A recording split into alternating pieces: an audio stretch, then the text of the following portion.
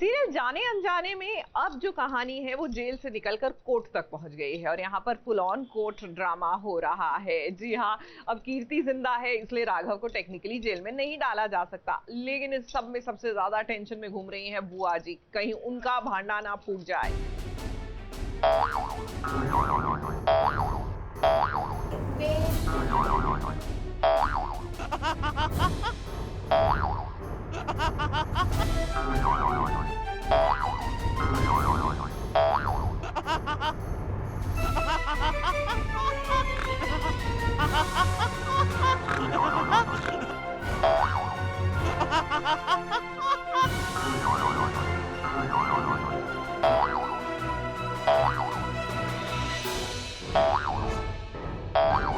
चोर चोर मौसेरे भाई, ये कहावत तो आपने सुनी होगी, मगर जब अपनी गर्दन बचानी हो तो एक चोर दूसरे चोर को फंसा ही देता है।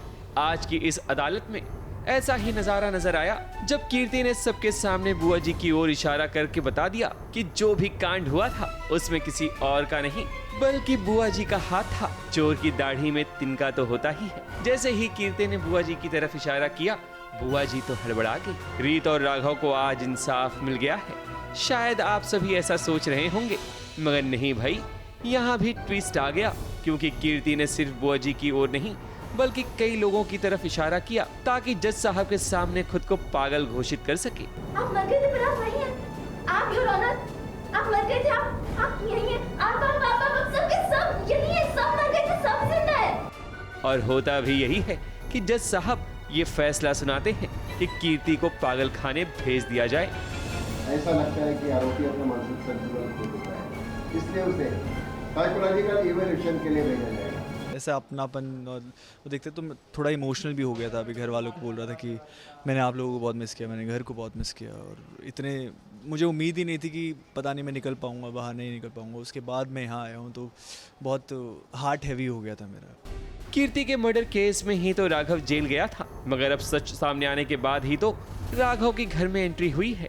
राघव जब घर आता है तब रीत बहुत खुश होती है, मगर बुआ जी तो अंदर ही अंदर जल जाती हैं कि कैसे और क्यों राघव घर आ गया है। अब राघव आया है तो अपनी बहन की भी खोज खबर लेगा, मगर कोई नहीं जानता कि आखिर उन्नति कहाँ गई, यहाँ तक कि उसका पति भी। वो ऐसा था, उस टाइम पे मैं जेल में था, मतलब, और रीत की अलग सिचुएशन थी। जब तक मुझे सामने से ऑफ़र दे चुका था कि तुम्हें किसी को मारना पड़ेगा और इल्ज़ाम मैं अपने सर ले लूँगा, लेकिन तुम्हें बस मेरा काम करना पड़ेगा। और रीत को कीर्ति एक डील रखती है कि अगर राघव को बाहर निकलवाना है, राघव के खिलाफ ये मैं सामने अगर कोर्ट में आके बोलूँगी कि मैं बच गई हूँ, तो तुम्हें उसे डिवोर्स देना पड़ेगा और बाहर जाना पड़ेगा, इंडिया से बाहर जाना पड़ेगा, तुम्हें और तुम्हारे बेबी को हमेशा के लिए टाटा बाय बाय। वो बोल भी नहीं पा रही है, लेकिन वो लास्ट टाइम मुझसे मिलने आई है, वो चीज़ है। आगे की कहानी में बहुत बड़ा ट्विस्ट आएगा, क्योंकि रीत और राघव के रास्ते अब अलग हो सकते हैं। दोनों की अपनी अपनी डील हुई थी, जिसके कारण अब दोनों के रिश्ते ताश के पत्तों की तरह बिखर जाएंगे। मुंबई से विशाल शर्मा के साथ एबीपी न्यूज रिपोर्ट।